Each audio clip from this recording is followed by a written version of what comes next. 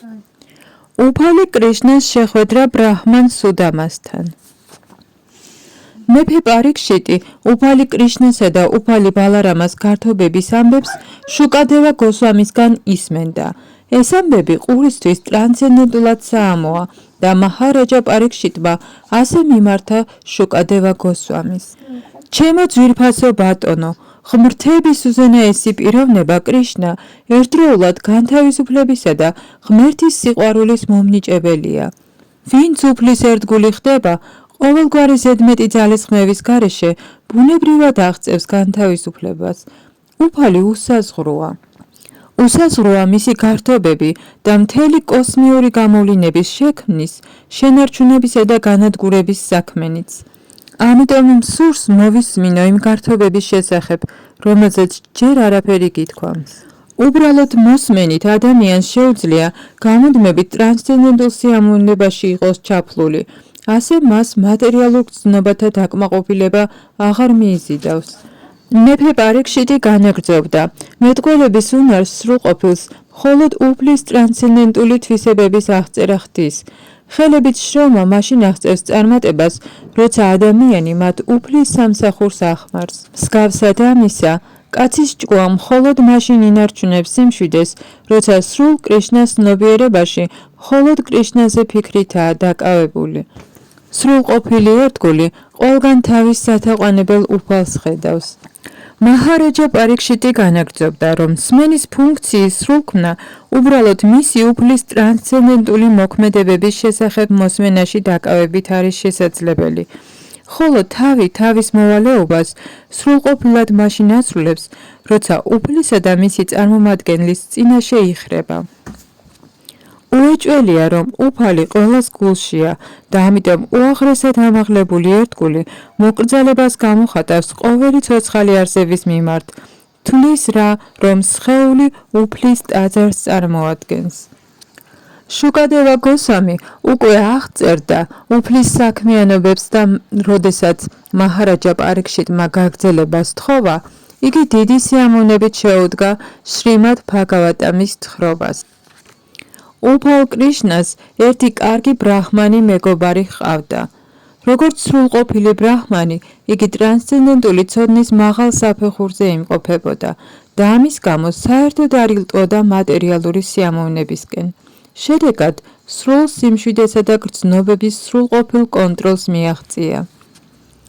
თუმცა უფალი კრიშნას მეგობარი ბრაჰმანი მეოჯახე გახლდათ, იგი არ ისწრაფოდა ქონების დაგროვებისა და მეტისმეტად კეთილმოწყობილი ცხოვრებისაკენ. ამიტომ ის შემოსავალიც აკმაყოფილებდა, რაც ბედმა არ გუნა. ეს სრულყოფილი ცოდნის ნიშანი გახლავთ. სრულყოფილი ცოდნის მქონე პირმა იცის, რომ ადამიანი ბედით გათვალისწინებულზე მეტ ბედნიერებას ვერ მოიპოვებს. გარეგნულად მეტისმეტად ღარიბი ჩანდა, რადგან უბრალო სამოსში იყო გამოწყობილი და ვერც ცოლს აცმევდა მდიდრულად. არც თუ დიდი მატერიალური ქონების გამო ისინი ჯეროვნადაც ვერ იკვებებოდნენ და ამდენად ორივენი ძალიან გამხდრები იყვნენ. ცოლი პირადი კეთილდღეობისკენ არ ისწრაფოდა, არამედ დიდ მზრუნველობას იჩენდა ქმრის, ღვთისმოსავი ბრაჰმანის მიმართ.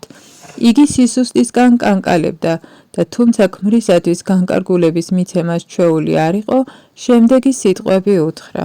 ბატონო ჩემო, ვიცი რომ უფალი კრიშნა, ბედის ქალღმერთის მეუღლე, შენი პირადი მეგობარია. შენც უფალი კრიშნას მეგობარი ხარ და იგი ყოველთვის მზად არის თავისი ერთგულის დასახმარებლად. თუ ფიქრობ, რომ არავითარ ერთგულ სამსახურს არ უწევ უფალს, მაინც ხომ მასზე ხარ მინდობილი. უფალი კი მინდობილ სულთა დამცველია, უფრო მეტიც. მე ვიცი, რომ უფალი კრიშნა ვედური კულტურის იდეალური წარმომადგენელი ბრძანდება. იგი მუდამ მფარველობს ბრაჰმანულ კულტურას და დიდ სიკეთეს იჩენს ღირსეული ბრაჰმანებისადმი. შენ ყველაზე ბედნიერი კაცი ხარ, ვინაიდან ღმრთების უზენაესი პიროვნება ყავს მეგობრად. უფალი კრიშნა შენი მსგავსი ხალხისთვის ერთადერთ თავშესაფარს წარმოადგენს, რამე თუ ბოლომდე მასზე ხარ მინდობილი. ნებისმიერ ვითარებაში უფალი კრიშნაა შენი ერთადერთი თავშესაფარი, ამიტომ გევედრები, წადი მასთან, დარწმუნებული ვარ, უმალვე შეამჩნევს შენს სიღარიბეს. შენ ხომ მეოჯახეც ხარ, ამიტომ უფულობა შენთვის უბედურებაა. როგორც კი უფალი შენს მდგომარეობას მიხვდება, უსათუოდ გიბოძებს საკმარის ქონებას, რათა რიგიანად ცხოვრება შეძლო. უფალი კრიშნა ახლა ფოჯას ვრშნისა და ანთაბას დინასტიების მეფეა. გამიგია, იგი არასოდეს ტოვებსო თავის სატახტო ქალაქს დვარაკას. იგი ისე ცხოვრობს, რომ მის გარეთ საქმე არ აქვს. კრიშნა იმდენად კეთილია და გულმოწყალე, რომ მასზე მინდობილს უმალვე ყველაფერს აძლევს, საკუთარ თავსაც კი. თუ კი მზად არის ერთგულისათვის თავის მისაწყნელად, რაღა გასაოცარია, რომ მატერიალური სიმდიდრე გასცეს, რასაკვირველია, არამტკიცე ერთგულისათვის დიდ მატერიალურ ქონებას არ იმეტებს, მაგრამ შენ შემთხვევაში მშვენივრად იცის, თუ რამდენად მტკიცე ხარ ერთგულ სამსახურში, ამიტომ უყოყმანოდ გიბოძებს არსებობისთვის აუცილებელ მატერიალურ წყალობას. დიდი მორჩილებითა და თამდაბლობით ასე დაუსრულებლად ეხვერწებოდა ბრაჰმანის ცოლი უფალ კრიშნასთან წასვლას. ბრაჰმანს საჭიროდ არ მიაჩნდა კრიშნასთვის რაიმე მატერიალური წყალობის თხოვნა, მაგრამ ცოლის განუწყვეტელმა მუდარამ შეაგულიანა. გარდა ამისა, იგი ფიქრობდა, თუ წავალ, უფლის პირადად ნახვას შევძლებ. მატერიალური წყალობა სულაც რომ არ თხოვო, ეს მისი ნახვის შესანიშნავი შესაძლებლობა იქნება. როდესაც კრიშნასთან წასვლა გადაწყვიტა, ჰკითხა ცოლს, იქნებ რაიმე ეგულებოდა შინ კრიშნასთვის შესათავაზებლად. რაღაც საჩუქარი ხომ უნდა წაეღო მეგობრისთვის. ცოლმა მეზობლად მცხოვრებ მეგობრებში დაუყოვნებლივ შეაგროვა 4 მუჭა დაღერღილი ბრინჯი. ცხვირსახოცივით პატარა ნაჭერში გამოუკრა და ქმარს კრიშნასთვის მისართმევად მისცა. ბრაჰმანს აღარ დაუყოვნებია, აიღო ცხვენი და უფლის სანახავად დვარაკასკენ გაეშურა.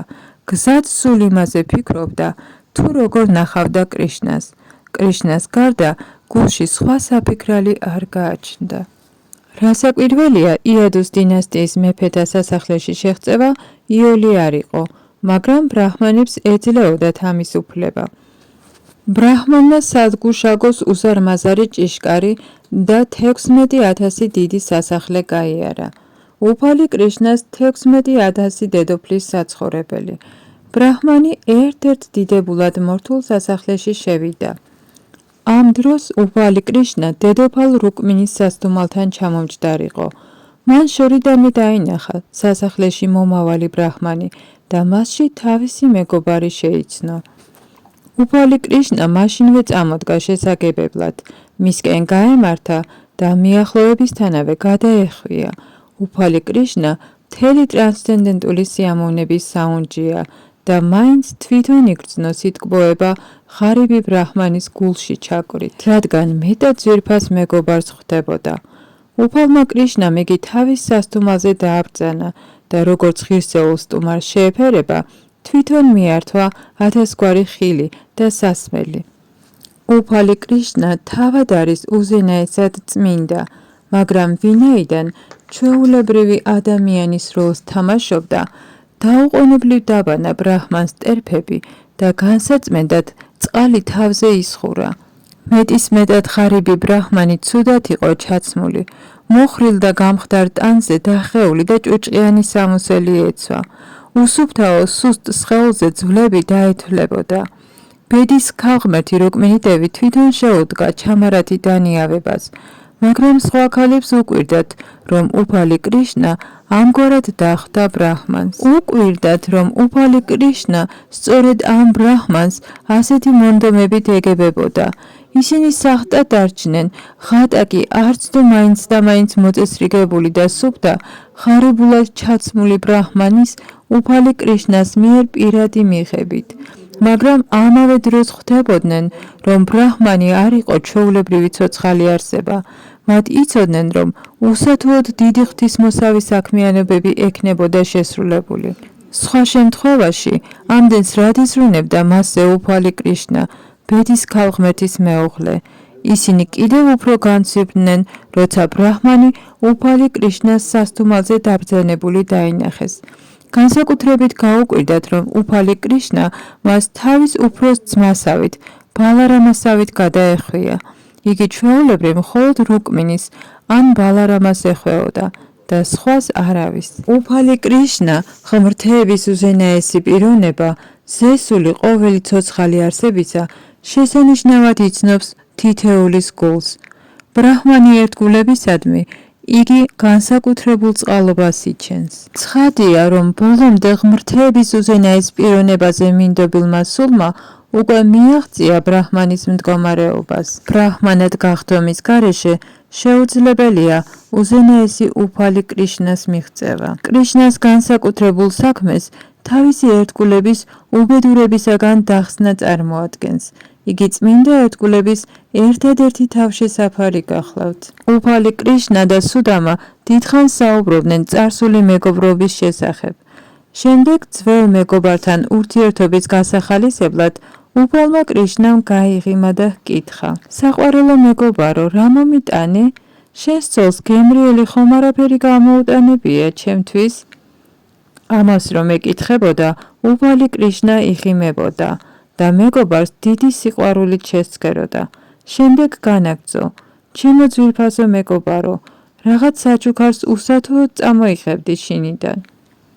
უფალმა კრიშნამ იცოდა, რომ სუდამა ვერ ბადავდა მისთვის უმნიშვნელო დაღერღილი ბრინჯის მირთმევას, რომელიც მართლაც არ იყო კრიშნას საჭმელი. უფალი ხვდებოდა სუდამა ვიპრას ფიქრებს და უთხრა: ძვირფასო მეგობარო, მე ფაქტიურად არაფერი მჭირდება, მაგრამ თუ ვინმე ჩემდამი ერთგულის სიყვარულის ნიშნად რაიმეს მომართმევს, თუნდაც სულ უმნიშვნელოს, დიდი სიამოვნებით ვიღებ.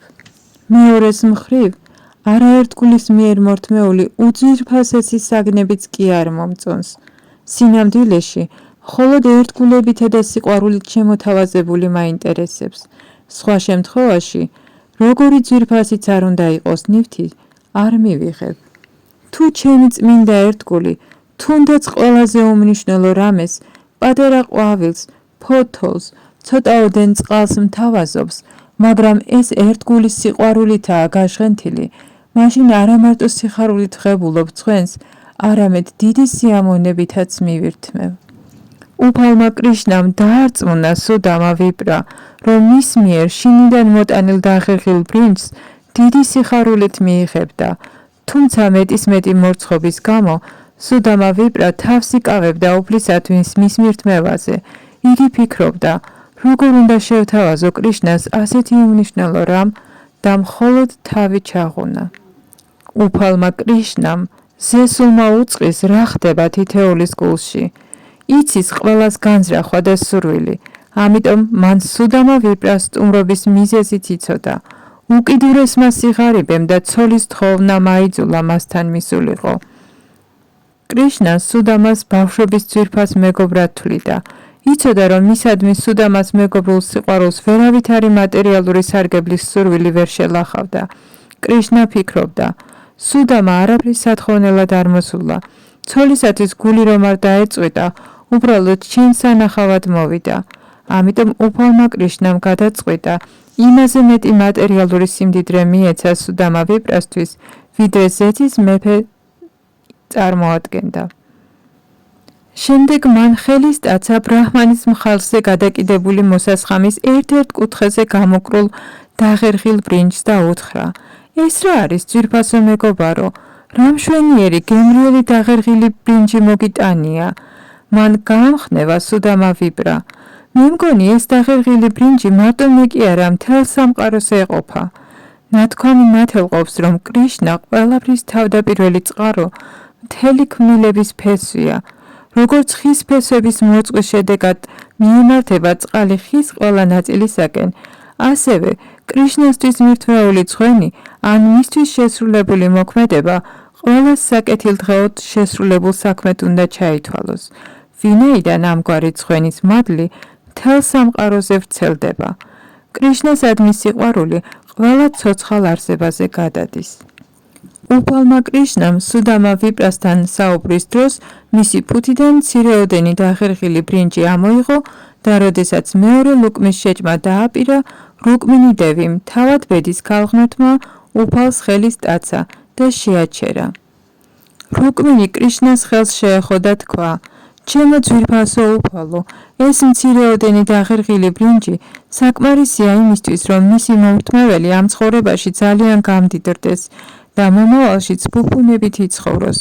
უფალო ჩემო, შენ ერთგულებისადმი ისეთი კეთილი ხარ, რომ ეს მცირეოდენი დაღერღილი ბრინჯიც კი დიდ სიამოვნებას გვრის, ხოლო შენი სიამოვნება უზრუნველყოფს ერთგულის სიმდიდრეს, როგორც ამ ცხოვრებაში, ისე მომავალშიც. ეს იმაზე მიუთითებს, რომ როდესაც ნასიამოვნები უფალი კრიშნა ერთგულისაგან სიყვარულითა და ერთგულებით შეთავაზებულ საკვებს ღებულობს, რუკმინი დევი, ბედის ქალღმერთი იმდენად დავალებული ხდება ერთგულისგან, რომ პირადად უნდა მივიდეს ერთგულთან და მისი საცხოვრებელი ქვეყნად ყველაზე მდიდრულ სახლად აქციოს. თუ ადამიანი გულუხვად უმასპინძლდება ნარაიანას, ბედის ქალღმერთი ლაქშმი ბუნებრივად ხდება მისი სახლის სტუმარი, რაც ოჯახის სიმდიდრით ავსებას ნიშნავს. სწავლულმა ბრაჰმანმა სუდამამ ღამე უფალ კრიშნასთან გაატარა და ვიდრე იქ იყო, თავს პლანეტა ვაიკუნთაზე გრძნობდა, ფაქტიურად ვაიკუნთაზე ცხოვრობდა. სასახლეში ყოფნის დროს სწავლულ ბრაჰმან სუდამას უფალი კრიშნასგან ნივთიერი არაფერი მიუღია, თვითონ კი თავის სათხოვარზე სიტყვა არ დაუძრავს. მეორე დილას შინისკენ გაემართა, გამუდმებით კრიშნას დახვედრაზე ფიქრობდა და ტრანსცენდენტულ ნეტარებაში იყო ჩაძირული. მთელი გზა მხოლოდ კრიშნას მოქმედებები აკონდებოდა და მისი ნახვის შედეგად უდიდეს ბედნიერებას განიცდიდა. ბრაჰმანი ფიქრობდა, რა სიამოვნებაა უფალი კრიშნას ნახვა, მან ჩემნაირი ღარიბი ბრაჰმანი გულში ჩაიკრა, თუმცა ბედის ქალღმერთის გარდა მის მკერდს ვერავინ ეხება. განა შეიძლება ჩემი ღარიბი და ცოდვილი ბრაჰმანის შედარება უზენაეს უფალ კრიშნასთან, ბედის ქალღმერთის ერთადერთ თავშესაფართან და მაინც ბრაჰმანად ჩამთვალა და გულწრფელი სიამოვნებით ტრანსცენდენტული მკლავებით მომეხვია. უფალი კრიშნა იმდენად კეთილი იყო ჩემდამი, რომ ბედის ქალღმერთის მოსასვენებელ საწოლზე დაჯდომის ნება დამრთო. მან თავის ნამდვილ ძმად მაღიარა. როგორ უნდა გადავიხადო მისი ვალი? დაღლილს შრიმატი რუკმინი დევი ბედის ქალღმერთი საკუთარი ხელით მინიავებდა ჩამარათი და არაფრად აგდებდა უფალი კრიშნას პირველი დედოფლის ამაღლებულ მდგომარეობას. უფალი იმდენად მოწყალე იყო ჩემდამი, რომ გროშიც კი არ მოუცია. მან მშვენივრად იცოდა, რომ ღარიბი კაცი ვარ და ფულმა შეიძლება გამაყოყოჩოს, მატერიალურმა სიმდიდრემ გამიტაცოს და უფალი დამავიწყდეს. ამ ფიქრებით სწავლული ბრაჰმანი თანდათან თავის სახლს მიუახლოვდა, მაგრამ იქ ყველაფერი გასაოცრად შეცვლილი იხილა. მისი ქოხის ადგილას მზის, მთვარისა და ცეცხლის ალის მსგავსად ბრწყინავი, ძვირფასი ქვებით ნაგები დიდი სასახლეები იდგა. მათ შორის ლამაზად მორთულ ბაღებში მრავალი მოხდენილი კაცი და ქალი დასეირნობდა. იმ პარკებში ლოტოსის ყვავილებითა და მშვენიერი შროშანებით სავსე თვალწარმტაც ტბებს ნახავდით. მათში მრავალფერი ფრინველების გუნდები დაცურავდა და საკუთარი სახლის გასაოცარი ცვლილებების დანახვაზე ბრაჰმანმა გაიფიქრა. განა შესაძლოა ასეთი ცვლილება? ეს სასახლე მე მეკუთვნის თუ ვინმე სხვას? თუ ეს ის ადგილია, სადაც ცხოვრობდი, ასე საოცრად როგორ შეიცვალა? ამ ფიქრებში გართულ სწავლულ ბრაჰმანს მუსიკოსებისა და მომღერლების თანხლებით ნახევარღმერთების დარი რამდენიმე კაცი და ქალი მიუახლოვდა მისასალმებლად. ისინი კეთილხმოვან სიმღერებს მღეროდნენ. ბრაჰმანის ცოლი დიდად გაახარა ქმრის დაბრუნების ამბავმა და აჩქარებით გამოვიდა სასახლიდან. იგი ისეთი მშვენიერი იყო, გეგონებოდათ ბრაჰმანის შესახვედრად თავად ბედის ქალღმერთი მობრძანებულიყო. ქმრის დანახვისთანავე ქალმა სიხარულის ცრემლები გადმოღვარა, ხმა ჩაუვარდა და სიტყვაც ვერ უთხრა ბედნიერებისაგან, მან მხოლოდ თვალები დახუჭა. დიდი სიყვარულითა და სინაზით დაიხარა ქმრის წინაშე და გულის სიღრმეში მოეხვია. მას უამრავი ოქროს ყელსაბამი და სხვა სამკაული ამშვენებდა. მოახლეებს შორის მდგომი იგი საჰაერო ხომალდიდან გადმოსულ ნახევარ-ღმერთის ცოლს ჰგავდა. ბრაჰმანი გააკვირვა ცოლის მშვენიერება და დიდი სინაზით, ისე რომ სიტყვაც არ უთქვამს, მეუღლესთან ერთად სასახლეში შევიდა. თავის ოთახში შესულმა ბრაჰმანმა ნახა, რომ იქაურობა მართლაც ზეცის მეფის სამყოფელს ჰგავდა. სასახლის გარშემო ძვირფასი ქვებით ნაგები მრავალი სვეტი იდგა. სპილოს ძვლის ტახტები და საწოლები ოქროთი და ძვირფასი ქვებით მორთული, ლოგინი რძესავით ქათქათა და ლოტოსის ყვავილივით რბილი იყო. ოქროს ჯოხებზე უამრავი ჩამარა ეკიდა. გარშემო იდგა ოქროს ტახტები, ლოტოსის ყვავილივით რბილი ბალიშებით. თვალში მოხვდებოდათ მარგალიტის მაქმანებიანი ხავარდისა და აბრიშუმის ბალდახინები. სასახლე ზურმუხტებით მოჭედილი შესანიშნავი გამჭვირვალე მარმარილოსგან იყო აგებული. ქალები ძვირფასი თვლების ლამპარებით დადიოდნენ. ცეცხლი და თვლები ერთად შესანიშნავ კაშკაშა სინათლეს ქმნიდა. თავისი მდგომარეობის ასეთი ფუფუნებით შეცვლის მხილველ ბრაჰმანს ვერ გაეგო უეცარი შემოbrunების მიზეზი და მშვიდად დაიწყო მომხდარის გაანალიზება. იგი ფიქრობდა, თავიდანვე განუზომელ სიღარიბეში ვცხოვრობდი. მას რა შეიძლება იყოს ასეთი დიდი და მოულოდნელი გამდიდრების მიზეზი? ჩემი მეგობარი უფალი კრიშნას, იადუს დინასტიის მეთაურის, ყოვლისმწყალობელი მზერის გარდა სხვა მიზეზს ვერას ვხედავ. ეს ნამდვილად უფალი კრიშნას უმიზეზო წყალობაა. უფალი თვითმკმარია, ბედის ქალღმერთის მეუღლე გახლავთ და ამდენად მუდამ 6 სიდიადითაა სავსე. მან იცის რა ხდება მისი ერთგულის ჭკუაში და ერთგულის სურვილებს საუცხოოდ ასრულებს. ეს ყველაფერი ჩემი მეგობარი უფალი კრიშნას ნამოქმედარია. უფალი კრიშნა თითოეულის სურვილს მისი მდგომარეობის მიხედვით აკმაყოფილებს და მაინც ისინი, ვინც კრიშნას ცნობიერებაში არ არიან, თვლიან, რომ უფლის ყოველი საჩუქარი არ არის საკმარისი მათი სურვილების შესასრულებლად. მეორეს მხრივ, ერთგულისგან სიყვარულითა და სინაზით მიღებული პატარა რამეც კი უფალს დიდ და ძვირფას საჩუქრად მიაჩნია. ამის აშკარა მაგალითი მე ვარ, მხოლოდ მცირეოდენი დაღერღილი ბრინჯი მივართვი, მან კი სამაგიეროდ ზეცის მეფეზე მეტი სიმდიდრე მიბოძა. უფალი თვითკმარია და ერთგულის წვენი სინამდვილეში არც სჭირდება. უფლისათვის შეთავაზებული თავად ერთგულს უწევს სამსახურს, ვინაიდან უფლისათვის მირთმეული მილიონჯერ მეტად მოუბრუნდება. უფლისადმი რამეს მიცვნით ადამიანი არაფერს კარგავს, პირიქით, ბევრად მოგებული რჩება. ბრაჰმანი დიდად დავალებულად გრძნობდა თავს კრიშნას წინაშე და ფიქრობდა. ვლოცულობ უფალ კრიშნასთან მეგობრობა მაკავშირებდეს და მის სამსახურში ვიდგე, სიყვარულით მივენდო მას სიცოცხლიდან სიცოცხლეში. მე არ მსურს სიმდიდრე, მხოლოდ ის მინდა, რომ მისი სამსახური არ დამავიწყდეს. ჩემი ერთადერთი ნაჭრაა მის წმინდა ერთგულებთან მქონდეს ურთიერთობა და ჩემი ჭკუა და მოქმედებები მუდამ მის სამსახურში იყოს დაკავებული. არშობილმა ღმრთების უზენაესმა პიროვნებამ კრიშნა მიცის, რომ არაჩვეულებრივი ფუფუნების გამო მრავალი დიადი პიროვნება დაეცა თავისი მდგომარეობიდან. ამიტომ, როდესაც მისი ერთგული რაღაც სიმდიდრეს თხოვს, ზოგჯერ უფალი უარით პასუხობს ხოლმე. თავის ერთგულებს იგი მეტად ფრთხილად ეპყრობა, ვინაიდან თუ ერთგულს სამსახურის მომწიფებელ საფეხურზე დიდი ქონება მიეცემა, მატერიალურ სამყაროში ყოფნის გამო შეიძლება თავისი მდგომარეობიდან დაეცეს. ამიტომ მას სიმდიდრით არ ანებივრებს უფალი.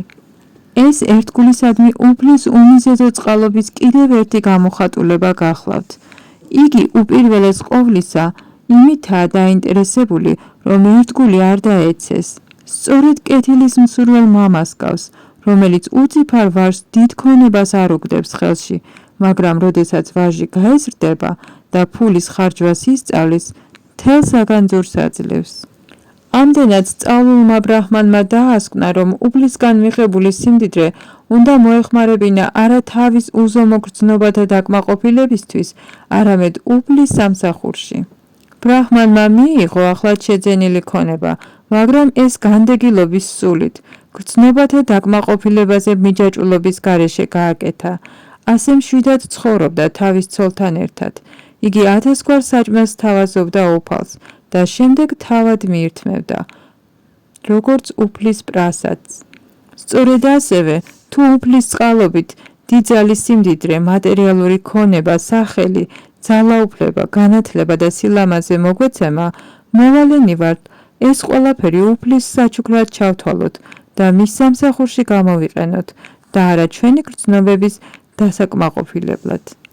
სწავლული ბრაჰმანი ასეთად დარჩა და იმის ნაცვლად, რომ დიდი ქონების გამო წამხდარიყო, უფალ კრიშნასადმი სიყვარული თითი დღე ეზრდებოდა.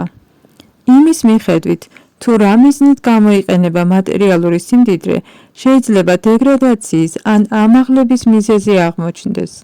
თუ სიმდიდრეს გრძნობათა დაკმაყოფილებისთვის იყენებენ, იგი დეგრადაციას იწვევს, ხოლო უფლის სამსახურში გამოყენების შემთხვევაში ამაღლების საშუალება გახლავთ. სუდამა ვიპრასთან უფალი კრიშნას დამოკიდებულება ცხადყოფს, რომ ღვთაების უზენაესი პიროვნება ძალიან კმაყოფილია ხოლმე ბრაჰმანული თვისებების მატარებელი ადამიანით. სუდამა ვიპრას მსგავსი ღირსეული ბრაჰმანი ბუნებრივად არის უფალი კრიშნას ერთგული. ამიტომაცაა ნათქვამი, რომ ბრაჰმანის სულელი ან გაუნათლებელი ვერ იქნება. სუდამა ვიპრა მიხვდა, რომ თუმცა უფალი კრიშნა დაუმარცხებელია, მაინც ემორჩილება ერთგულს. იგი მიხვდა, როგორი კეთილი იყო მისადმი უფალი კრიშნა და მუდამ ტრანსში იმყოფებოდა, გამოთმებით ფიქრობდა რა კრიშნაზე. უფალ კრიშნასთან ამგვარი განუწყვეტელი ურთიერთობით მის გულში დარჩენილი მატერიალური სიბინძურე მთლიანად განიწმინდა და სულ მალე მან სულიერ სამეფოში გადაინაცვლა, რომელიც წმინდა პიროვნებების სიცოცხლის სრულყოფის საფეხურს წარმოადგენს. შუკადევა გოსვამიმ განაცხადა, რომ ყველა, ვინც სუდამა ვიპრასა და უფალი კრიშნას ამბავს მოისმენს, მიხვდება, თუ როგორ უყვარს უფალ კრიშნას სუდამას მსგავსი ბრაჰმანი ერთგულები. ამიტომ ამ ამბის ნებისმიერი მსმენელი თანდათანობით სუდამა ვიპრას მსგავსად ღირსეული ხდება და ამგვარად უფალი კრიშნას სულიერ სამეფოში გადაინაცვლებს.